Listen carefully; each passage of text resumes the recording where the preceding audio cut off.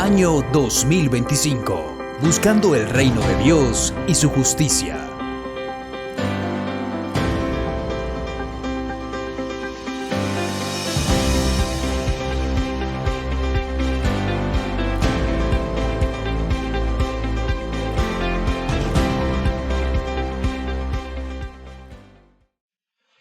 Vamos con el texto. Dice, el Espíritu dice claramente, un momento acá, observe la palabra Espíritu con mayúscula, la E es un sustantivo, está hablando del Espíritu Santo. Entonces dice, el Espíritu dice claramente que en los últimos tiempos algunos abandonarán la fe para seguir a inspiraciones engañosas y doctrinas diabólicas. Tales enseñanzas provienen de embusteros hipócritas que tienen la conciencia encallecida. Prohíben el matrimonio y no permiten comer ciertos alimentos que Dios ha creado para que los creyentes, conocedores de la verdad, los coman con acción de gracias. Todo lo que Dios ha creado es bueno y nada es despreciable si se recibe con acción de gracias, porque la palabra de Dios y la oración lo santifican. Si enseñas estas cosas a los hermanos, serás un buen servidor de Cristo Jesús, nutrido con las verdades de la fe y de la buena enseñanza que paso a paso has seguido. Pastor, ¿quieres venir rápidamente? Vamos a dar gracias al Señor por la palabra. Unamos nuestras voces en oración. Gracias, Dios mío. Hoy rendimos reverencia ante tu santa palabra y ante tu misma presencia, Señor. Y te doy las gracias por este siervo tuyo a quien has escogido para que sirva como portavoz y traernos tu palabra, Señor. Dios, permítenos abrigarla en nuestro corazón, vivirla y también mostrarla a otros. En el nombre de Cristo Jesús te lo ruego, a ti, Padre bueno, por el poder del Espíritu Santo. Amén, amén y amén. Amén. Siéntense, querida iglesia, por favor. Espíritu nutrido. Quiero compartir con ustedes este tema que he titulado de esta manera, recordando algo que ustedes tal vez me han acompañado a vivir. Recuerdan ustedes que en diciembre de 2023, más exactamente el 22 de diciembre, fui hospitalizado por causa de una perforación en mi intestino. No quiero entrar en detalles de ese momento, lo cual será seguramente motivo para hablar en otro momento. Sin embargo, sí quisiera expresar que a partir de ese instante, mi vida en general cambió, pero también empecé a ser consciente de la importancia de la vida alimentaria o del modelo de nutrición correcto, que se ha convertido además en una prueba constante para mí. Una prueba de cada comida, del día a día, una prueba que no es solamente los fines de semana o ciertos días, como si hubiese una regla que me diera espacio para pensar o para meditar, sino todos los días, todo el día. Y una de las cosas que he tenido que experimentar es el hecho de volver a aprender a comer. De hecho, al principio tuve que empezar como cuando los niños empiezan alimentación complementaria. Durante 3 días seguidos podía comer el mismo alimento y básicamente lo que los médicos buscaban es que empezáramos a encontrar qué alimentos no me caían bien, qué alimentos producían alergia, qué alimentos producían inflamación. A medida que íbamos encontrando un alimento, entonces teníamos que descartarlo. Pero eso de volver a aprender a comer se volvió una cosa tan seria que, por supuesto, era mi responsabilidad reflexionar en ella. Al principio, y por causa de tanto medicamento, tanto mi estómago como mi colon estaban completamente adormecidos, al punto que no era capaz de saber cuándo necesitaba comer o inclusive cuándo necesitaba evacuar. No era capaz de saberlo. Si iba a comer, entonces sabía que tenía que comer ya, pero no había tiempo de comer. De hecho, eso me empezó a generar una gastritis. Pero si iba a evacuar, no tenía anuncio anticipado, era en el instante. Además, también el comer se convirtió en algo que inevitablemente me hace sentir que camino diariamente por un campo minado, en el sentido de que no sé qué alimento explota en algún momento en mi estómago cuando menos lo piense y por supuesto mi interior sufre las consecuencias. Es extraño que algunas veces un alimento que ya me empezó a caer bien, de un momento a otro me empieza a caer mal. Sin duda alguna, aunque esta ha sido una etapa de mi vida en la que me he sentido absolutamente vulnerable y tengo que confesar que en muchos casos indefenso, también he podido experimentar el cuidado tierno del Señor, el cuidado amoroso del Señor. Por ejemplo, aunque al principio tuve mucho antibiótico y mucho medicamento, hubo un momento en el que necesitaba un medicamento específico que hasta el sol de hoy no hemos podido encontrar ni traer al país porque está en desabastecimiento. Cuando hablé con mi gastroenterólogo le dije, doctor, no lo encuentro.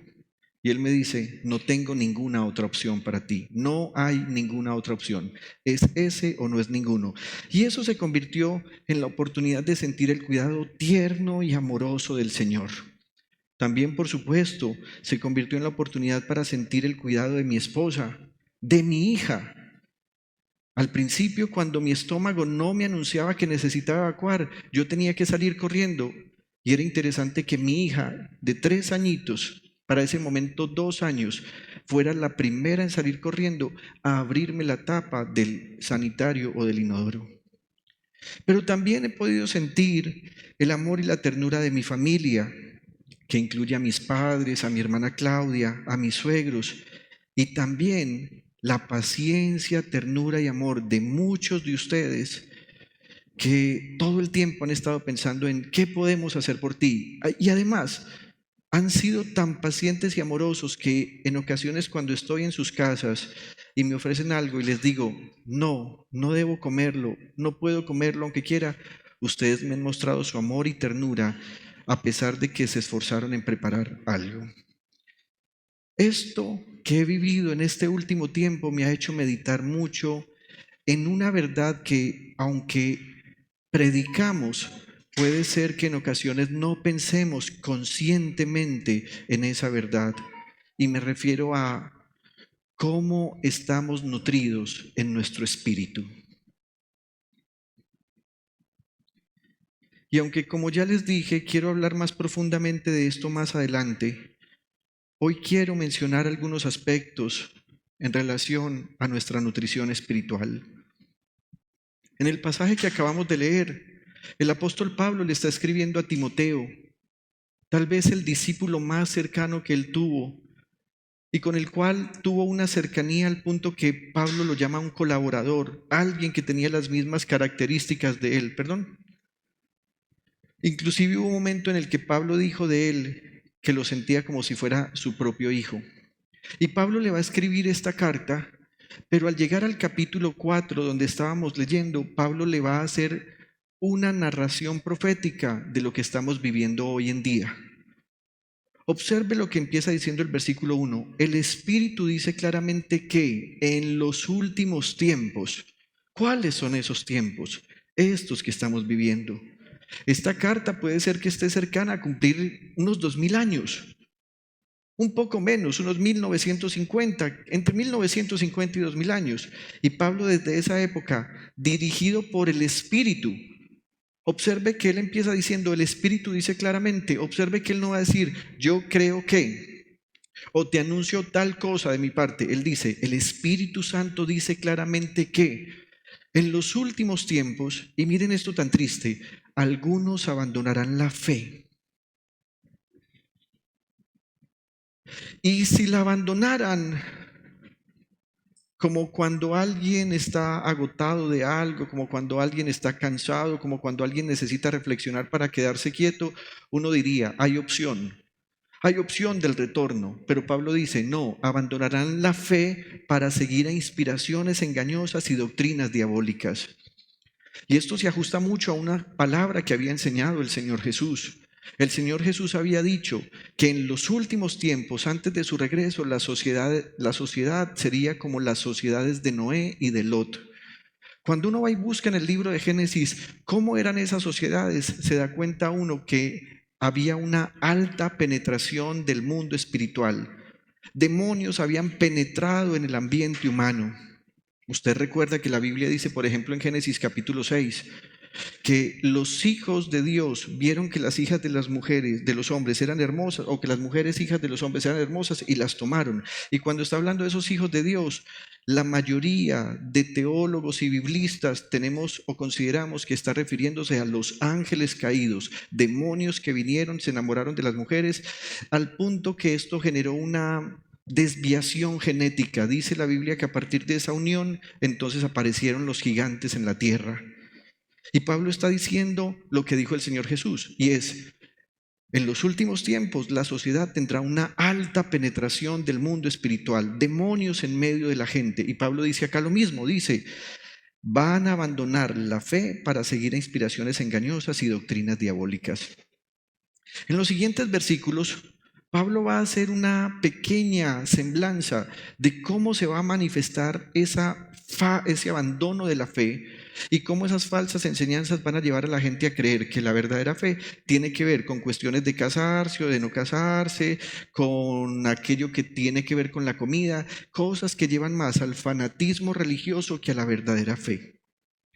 Sin embargo, al llegar al versículo 6, Pablo va a decirle a Timoteo una cosa que tal vez debería resonar en nuestro corazón constantemente. Él le dice: si enseñas estas cosas a los hermanos, serás un buen servidor de Cristo Jesús. Pero después dice: nutrido con las verdades de la fe y de la buena enseñanza que paso a paso has seguido. Recuerda lo que decía el versículo 1. ¿Qué hicieron muchas personas? Abandonaron la fe. Y en el versículo 6 está diciendo que debe estar nutrido con las verdades de la fe. ¿Qué significa esto? Que la forma como abandonamos la fe verdadera es cuando no estamos nutridos precisamente por las verdades de la fe. Así que lo primero que quiero decirles hoy, frente a la pregunta ¿cómo estamos nutridos en nuestro espíritu?, Pablo nos está diciendo: asegúrese de estar nutrido con las verdades de la fe. Leamos una vez más el texto. Si enseñas estas cosas a los hermanos, serás un buen servidor de Cristo Jesús. Mire esto: nutrido con las verdades de la fe. Al pensar en las campañas que a nivel mundial se hacen acerca de una buena dieta, tal vez usted ya escuchó las observaciones incluso de su médico de familia diciéndole que hay alimentos que, aunque pueden llenar mucho, pueden a la vez ser alimentos no saludables. Hay un consenso general que dice: el exceso de carbohidratos, los azúcares, los embutidos, los alimentos ultraprocesados, todos estos alimentos terminan generando malos hábitos y por lo tanto una dieta y una nutrición equivocada. Al principio creíamos que era una campaña de desprestigio cuando a los alimentos les pusieron un sellito que decía exceso de sal, exceso de azúcar, exceso de grasa, grasas saturadas, exceso de sodio, en realidad es lo que dice. Pero no es desprestigio. La verdad es que panes, donas, exceso de papa, yuca, arroz, exceso de proteína, como la bandeja paisa que tiene frijoles, chicharrón, huevo, carne molida, morcilla, chorizo, aguacate y todo lo que trae, pasteles, tortas, ponqués, las salchichas y otros embutidos, son cosas que cuando se comen generan dos cosas. Primera cosa, sensación de llenura, y segunda cosa, placer. La pregunta es: ¿estoy nutriéndome bien así? Si esto pasa en cuanto a la materia, sería sensato meditar en cómo funciona en lo espiritual. Cuando Pablo le dice a Timoteo que se espera de él que esté bien nutrido con las verdades de la fe, Pablo está diciéndole: Timoteo, alguien está bien nutrido en su interior cuando se alimenta con las verdades de las Sagradas Escrituras. Él no le está hablando de la fe que han tratado de meternos en los últimos 60 años a nivel mundial, que es positivismo, en el cual se le dice a la gente: crea para que le vaya bien, declare, decrete o proclame. Él está hablando de las verdades de la fe, haciendo referencia al plan que Dios ha desarrollado para querer salvarnos. Las verdades de la fe tienen que ver en aquello en lo que Dios mismo ha sido el protagonista para perdonarnos, salvarnos, justificarnos, santificarnos, darnos la promesa de su Espíritu e inclusive darnos una promesa que todavía no se ha cumplido, pero se cumplirá, y es el regreso de Jesucristo por su iglesia. Esas verdades no las encontramos en todas partes. Esas verdades las encontramos solo en las Sagradas Escrituras. Para la época en que Pablo le está escribiendo a Timoteo, las Sagradas Escrituras estaban compuestas solo de lo que nosotros conocemos hoy como Nuevo Testamento, y faltaban todavía por lo menos 100 años para que se conformara lo que conocemos como Nuevo Testamento. Pero Pablo le está diciendo a Timoteo: si tú te preparas muy bien en esas verdades de la fe, tú serás capaz de estar bien nutrido y además serás capaz de alimentar correctamente al pueblo de Dios para que no abandonen la fe. La Biblia es la palabra de Dios, y como Sagradas Escrituras, ellas contienen todo el alimento que produce la verdadera nutrición y la verdadera salud espiritual. Quiero recordarles un texto que ustedes recuerdan que el Señor Jesús mencionó, pero que cuando Él lo mencionó, Él está citando precisamente un pasaje del Antiguo Testamento. En Deuteronomio capítulo 8, versículo 3, Moisés le está diciendo al pueblo de Dios, de parte de Dios, lo siguiente: el Señor te humilló y te hizo pasar hambre. Mire esto: pero luego te alimentó con maná, comida que ni tú ni tus antepasados habían conocido, con lo que te enseñó que no solo de pan vive el hombre, sino de todo lo que sale de la boca del Señor. Y este pasaje el Señor Jesús lo mencionó. Usted recuerda cuando el Espíritu Santo llevó al Señor Jesús al desierto para ser tentado, y una de las expresiones que el Señor Jesús usó cuando el diablo le dijo: si eres verdaderamente el Hijo de Dios, dile a estas piedras que se conviertan en pan. Jesús le respondió: no solo de pan vive el hombre, sino de toda palabra que sale de la boca de Dios. Querido hermano, tal vez para usted es muy tedioso leer las Sagradas Escrituras. En este tiempo, en esta iglesia, en mayo, estamos haciendo un reto que hemos llamado el Reto 2025, leyendo el Nuevo Testamento en un mes. Los que lo están haciendo se han dado cuenta que no es fácil leer 9 capítulos diarios, que algunas veces tratar de agendar eso en nuestro tiempo va a requerir por lo menos 1 hora, entre 50 minutos y 1 hora, para leer los 9 capítulos diarios. Sin embargo, quienes han hecho juiciosamente este reto se han dado cuenta que algo está pasando. Alimento espiritual de parte de Dios ha venido a sus vidas. ¿Por qué, si estaba aquí, no lo habíamos tomado? ¿Sabe algo? Uno de los propósitos a nivel mundial de este sistema mundanal siempre ha sido llevar a la gente a la ignorancia. Durante siglos la gente estuvo metida en el analfabetismo que tenía que ver con no saber leer, no saber escribir. Hubo una época en que parece que hay un despertar y que el cristianismo fue un gran promotor de eso. Hay que enseñarle a la gente a leer y a escribir. ¿Sabe cuántos siglos la palabra de Dios estuvo oculta? Casi 20 siglos. Solo hasta 1955 el imperio mundanal en cabeza del Roma, que no es una iglesia sino una religión, entonces empezaron a decir que lean la Biblia. Sin embargo, fue un poco tarde, porque lastimosamente eso generó en la gente la conciencia de: solo recibimos alimento espiritual cuando vamos a un servicio religioso. Y no es cierto. Dios nos ha dado su palabra para que nos alimentemos diariamente, y por eso he sido, junto a mi familia, en esta iglesia hemos traído esta premisa y hemos sido muy firmes en decirles: leamos la Biblia diariamente, ordenadamente, fervientemente y alegremente. Durante siglos el analfabetismo impidió que la gente se acercara a las Sagradas Escrituras. Y observe lo que nos pasó. Cuando nosotros fuimos al colegio, nos empezaron a leer, o nos empezaron a enseñar a leer diciéndonos cuáles eran las vocales: A, E, I, O, U. Después, con las consonantes empezábamos a armar sílabas: ma, me, mi, mo, mu. Después, cuando estábamos entre primero y segundo de primaria, empezaron a hacernos dictados para saber si teníamos buena ortografía. Y algunas veces perdíamos esos exámenes porque parece que las palabras estaban más dictadas para que desde nuestra objetividad las escribiéramos que desde el conocimiento. Sin embargo, luego llegó otro ejercicio que era terrible: comprensión lectora. Así que uno primero se esforzaba por leer fluidamente y después la profesora le decía a uno: ¿qué entendiste? Y uno estaba súper preocupado porque en ese momento lo que uno estaba pensando hacer era leer de corrido, fluidamente, sin gaguear, sin detenerse, como si estuviera leyendo sílaba por sílaba. Luego terminamos segundo de primaria y dijeron: ¿ya sabe leer? Pregunta: ¿ya sabemos leer?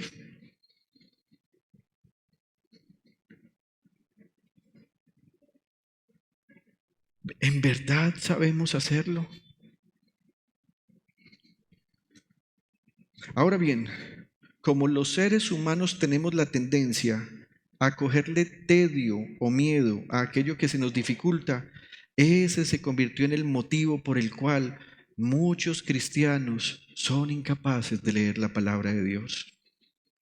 La pereza, el tedio, el miedo a enfrentarse a esta realidad. Tienes que hacer dos cosas: leer de corrido y entender lo que lees. Pablo le está diciendo a Timoteo: querido amigo, la palabra de Dios tiene el poder de ser alimento para nuestro interior, para nuestro espíritu, para nuestra alma, pero también para nuestro cuerpo, aunque ese alimento no sea material. Repito el texto: si enseñas estas cosas a los hermanos, serás un buen servidor de Cristo Jesús, nutrido con las verdades de la fe. En esa primera frase, Pablo le está diciendo: esa es una responsabilidad personal, es una responsabilidad individual. Observe esto: por mucho que alguien me quiera colaborar para comer bien, nunca tendrá un resultado satisfactorio el que lo que yo me tenga que comer se lo coma a otra persona. Es decir, si yo me tengo que tomar la crema de espinaca para que le caiga bien a mi estómago y traiga nutrientes a mi vida, no me hará nada si otro se la toma, por más buena intención que esta persona tenga. En esta primera frase, Pablo está diciendo: ¿quieres estar bien nutrido? Tienes que hacerlo tú. Individualmente. Será tu responsabilidad. Así que es como si Pablo le estuviera diciendo: para alimentarnos y nutrirnos con las verdades de la fe es necesario la lectura bíblica. Pero luego hay que avanzar dentro de esa lectura a el estudio bíblico. Para mí es motivo de gran alegría cuando ustedes están leyendo el reto y me escriben y me dicen: pastor, no entendí tal texto. ¿Qué quiere decir? Eso significa que estamos comprendiendo y que eso que aparentemente no se entiende a primera vista debe tener un significado que necesitamos entender. Eso es el estudio bíblico. A mí personalmente reconozco, yo no soy un buen predicador, no soy el tipo de predicador que es capaz de leer algo y se suelta a hablar para motivar a la gente. Siento que Dios me ha dado la gracia para enseñar la palabra. Y al enseñar la palabra, entonces, sin ser maestro, siento que me acerco más a ser maestro que predicador. Miren lo que acaba de pasar el domingo pasado.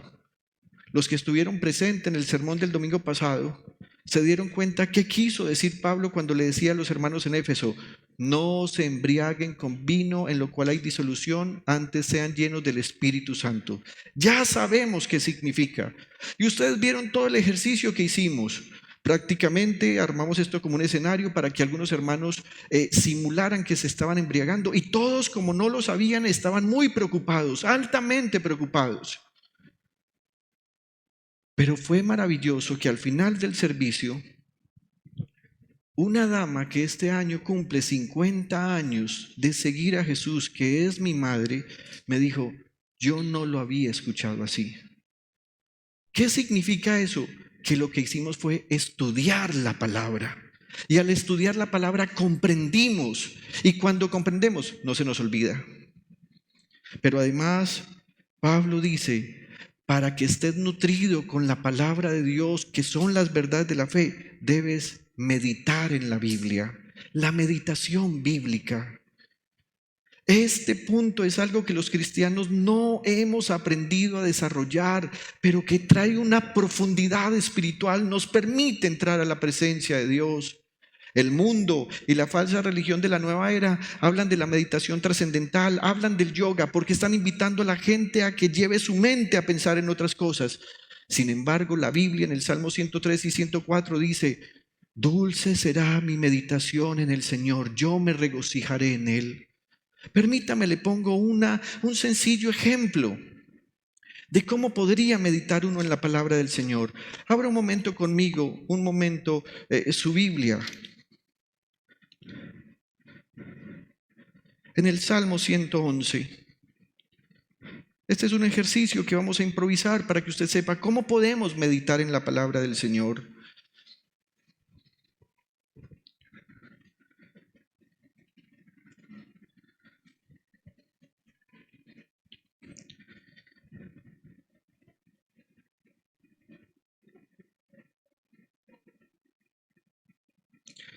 Vamos a leer el verso 1 y luego saltamos al verso 9 y al verso 10. En el verso 1 dice: aleluya, alabado sea el Señor. Alabaré al Señor con todo el corazón en la asamblea en compañía de los rectos. Y esto nos debería llevar a detenernos acá. ¿Qué está diciendo el salmista? Meditemos en lo que está diciendo, pensemos qué quiso decir y al meditar empecemos a tratar de pensar cómo lo aplico. Si observa usted este texto detenidamente, se dará cuenta que el salmista está diciendo: hay un gran gozo cuando reunidos con otras personas, con quienes tenemos la fe en el mismo Dios, podemos expresar alabanzas que lo exalten a Él. Y esto nos está diciendo, es importante congregarnos. Pero saltemos al verso 9. En el verso 9 dice: pagó el precio del rescate de su pueblo y estableció su pacto para siempre. Su nombre es santo e imponente. Así que ahí uno podría detenerse y decir: este salmo estaba anunciando lo que Cristo Jesús hizo en la cruz del Calvario. Y entonces al meditar en esto nos damos cuenta lo que el apóstol Pablo dice: Él pagó el precio de su rescate con su propia sangre. ¿Cuál fue el pago que Dios ha hecho ante Él mismo en su justicia para salvarnos? La muerte y el derramamiento de sangre de Cristo Jesús. Ahora bien, ¿por qué es importante detenernos a pensar en esto? Porque cuando no meditamos en la palabra, entonces nos convertimos en personas que leen, pero al leer olvidamos. No sé si a usted le ha pasado que algunas veces hace su devocional en la mañana, usted leyó y unos minutos después usted trata de recordar qué fue lo que leí y usted ni siquiera se acuerda. ¿Por qué ocurrió eso? Porque no se detuvo a meditar. ¿Cómo podríamos meditar en este texto? En medio de nuestra lectura nos detenemos y oramos y ahí empieza la meditación. Señor Dios nuestro, yo también quiero alabarte con todo el corazón, en la compañía de todos mis hermanos que son rectos ante ti, porque reconozco que eres tú quien ha pagado el precio de mi rescate. Y cuando usted meditó en eso y oró, eso se convirtió en la meditación bíblica. Otros llaman a esta meditación bíblica orar la palabra. Yo mismo la he llamado así y me gusta eso. Es leer un texto y detenerme a orar conforme a lo que el texto me está diciendo. La otra cosa que Pablo le va a decir a Timoteo es: tienes que estar nutrido de la verdad de la fe cuando tienes una interpretación correcta de la Biblia.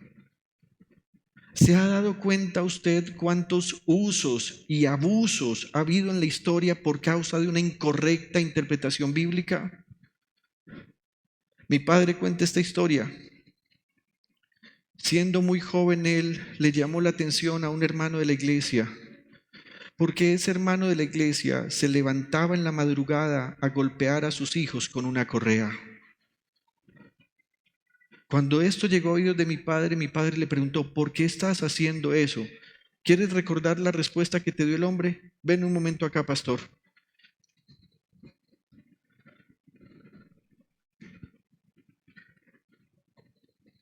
Gracias, pastor. La respuesta fue que el padre que ama a sus hijos madruga a reprenderlos. Entonces, pero espérame.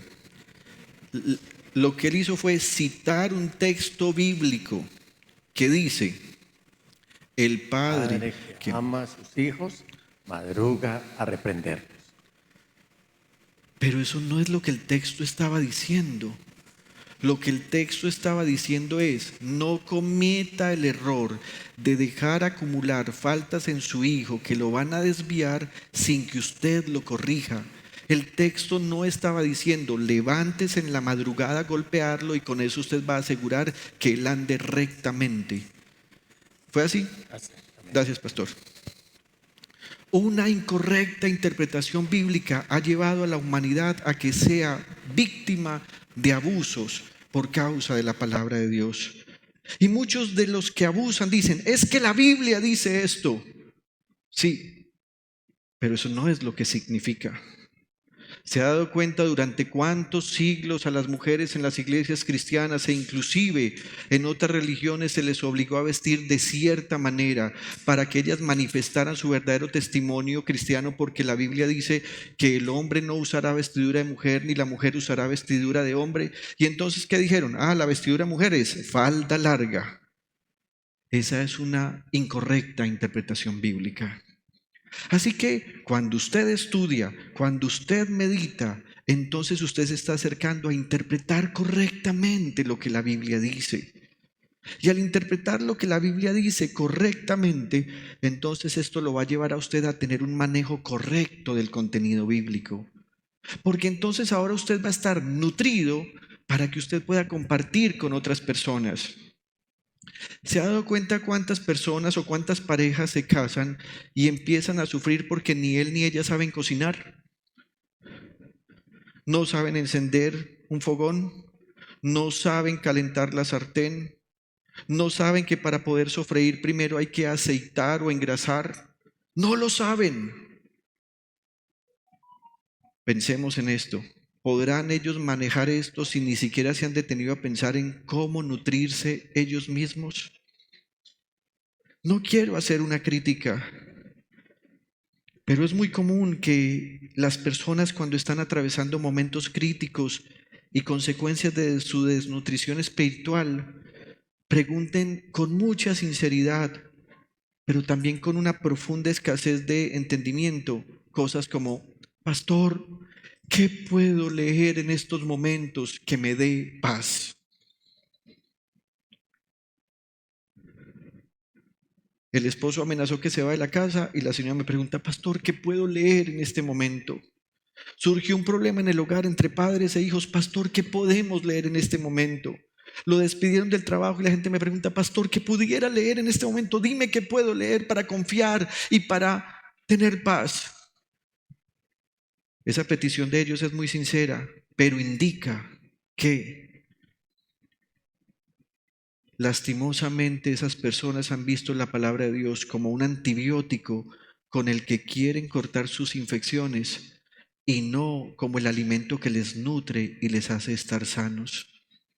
Observe usted la diferencia que hay cuando un cristiano nutrido en las verdades de la fe es probado y un cristiano desnutrido en las verdades de la fe es probado. El cristiano nutrido en las verdades de la fe también es probado, pero él sabe que puede confiar en el Señor. El otro está desesperado, tratando de humanamente resolver sus conflictos con sus propias fuerzas. El otro está dependiendo absolutamente del Señor. Por favor, querida iglesia, yo entiendo que la palabra de Dios tiene poder para sanarnos y para darnos libertad en ciertos momentos. Pero por favor, no tome la palabra de Dios para tratar de leerla solamente cuando usted está angustiado o en necesidades o problemas. Aliméntese y nútrase con las verdades de la fe. Quiero que leamos unos textos acerca de la palabra de Dios y cómo la Biblia menciona acerca de esta nutrición que nos da la palabra de Dios. En Jeremías capítulo 15, versículo 16, la palabra del Señor dice: al encontrarme con tus palabras, mire esto, yo las devoraba. Ellas eran mi gozo y la alegría de mi corazón, porque yo llevo tu nombre, Señor Dios Todopoderoso. No me tome esto a mal, porque no quiero ser pretencioso, pero esto es un proceso. Si usted se acostumbra a leer todos los días un texto bíblico, a usted le creerá, usted pensará que eso es suficiente para nutrirse. Pero los que están haciendo el reto de leer 9 capítulos diarios van a empezar a darse cuenta que cuando el reto termine van a quedar con ganas de más, de más. La semana pasada un querido hermano de la iglesia me decía: pastor, ¿qué tal si el otro semestre hacemos la lectura del Nuevo Testamento en lo que resta del año? Le dije, perdón, del Antiguo Testamento. Le dije, bueno, podría ser, habría que leer cerca de 5 o 6 capítulos diarios. Pero quiero hablarles de mi vida personal. Mi madre nos enseñó a mi hermana y a mí desde que estábamos muy pequeños: no se sale de esta casa sin antes haber leído la palabra de Dios y sin antes haber orado. A mí no me gustaba eso. Y no me gustaba porque sentía que podía usar 5 minutos más de sueño en vez de ponerme a leer la Biblia a la carrera. Pero cuando lo hacía, normalmente yo iba al libro de los Salmos y escogía los más corticos.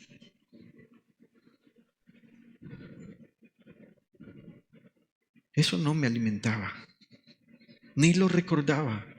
No era un ejercicio espiritual, solo estaba quedando en mí la idea que mi madre quería dejarme: la disciplina de estar en la presencia de Dios, el hábito que debía adquirir. Hace unos 15 años, yo solito empecé a hacer esto que los he invitado a hacer a ustedes: el reto de leer el Nuevo Testamento en un mes. Pero hermanos, a mí ya no me sacia leer el Nuevo Testamento en un mes. Y por eso les decía, no quiero presumir, no quiero ser fastidioso con esto. Pero yo inicié con ustedes el reto este mes y hoy yo ya terminé la lectura del Nuevo Testamento. A medida que ha ido pasando el tiempo, quiero comer más, quiero alimentarme más. Al principio empecé a leer 9 capítulos diarios durante un mes.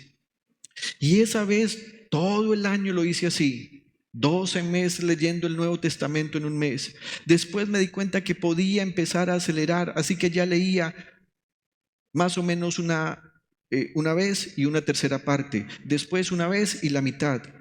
Hoy, 14 de mayo, terminé el reto y ya voy en Mateo 13 otra vez.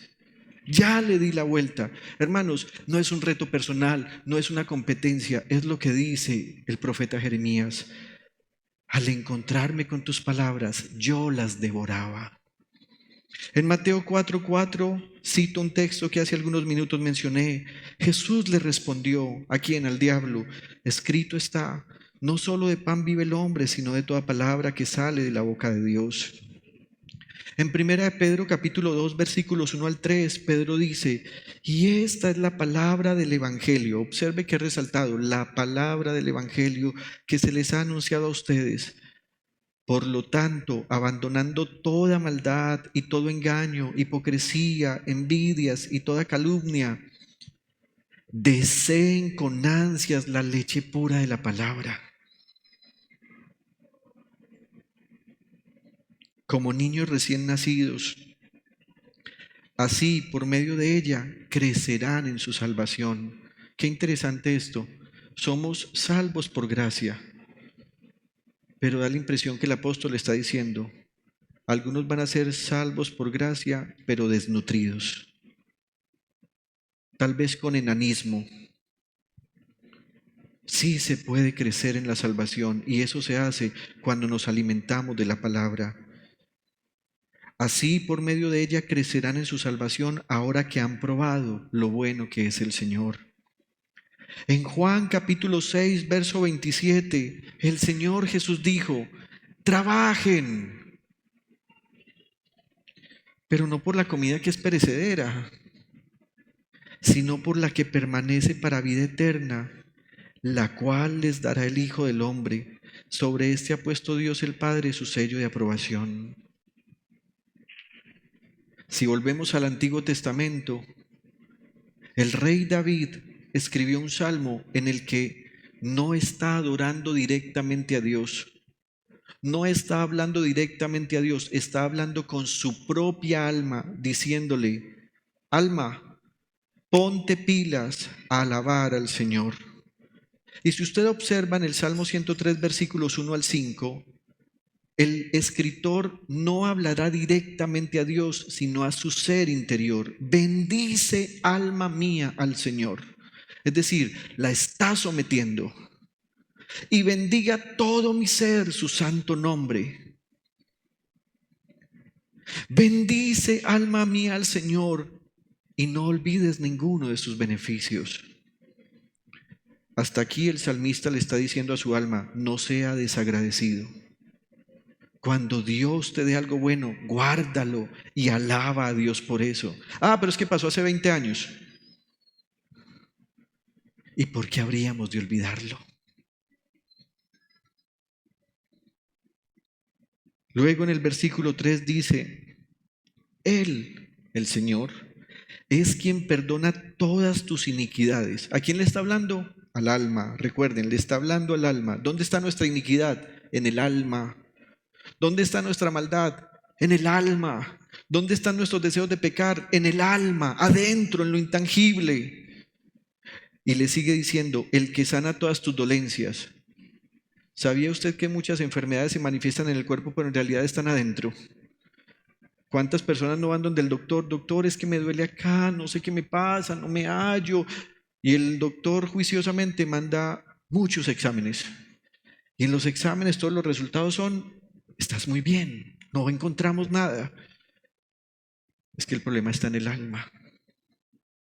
Y por eso aquí el salmista le está diciendo a tu alma: Él sana tus dolencias. Luego dice: el que rescata del hoyo tu vida, el que te corona de favores y misericordias. Pero miren lo que sigue: el que sacia de bien tu boca, de modo que te rejuvenezcas como el águila. El elixir de la eterna juventud no lo tiene la señora que se eriza, ni tampoco en las pomadas de Pons Rejuvenez, ni en Cicatricure.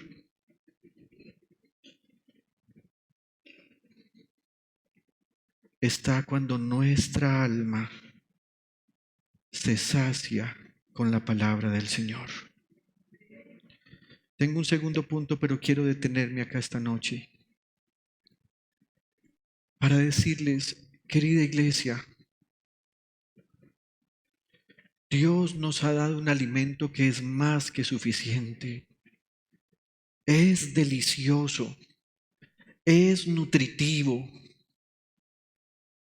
pero es su responsabilidad comerlo. Es su responsabilidad asegurarse que las verdades de la fe que estén acá alimenten su ser interior, su espíritu y su alma.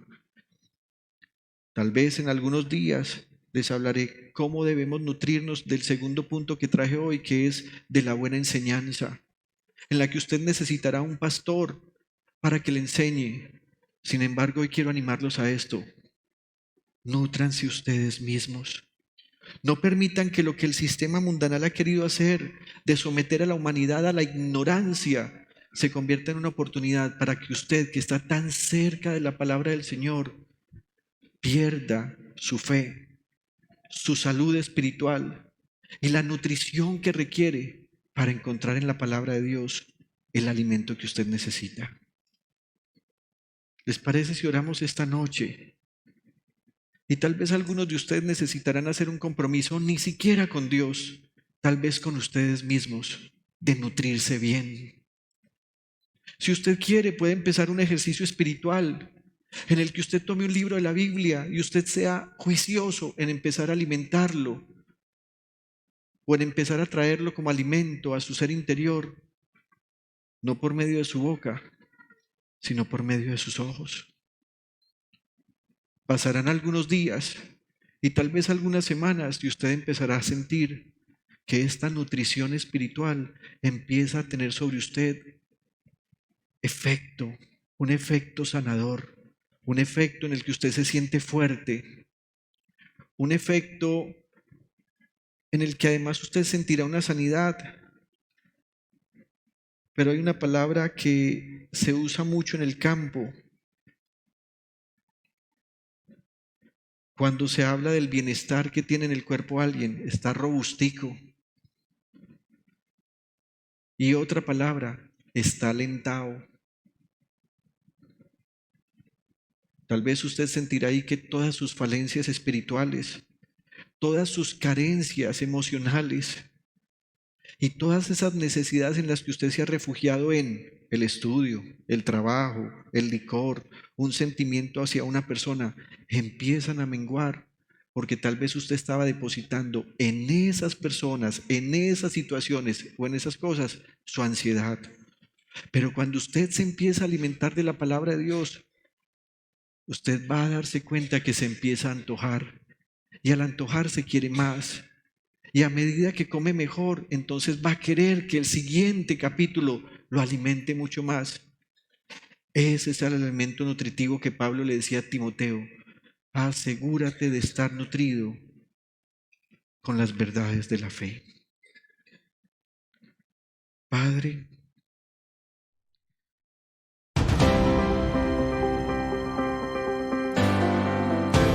Año 2025. Buscando el reino de Dios y su justicia.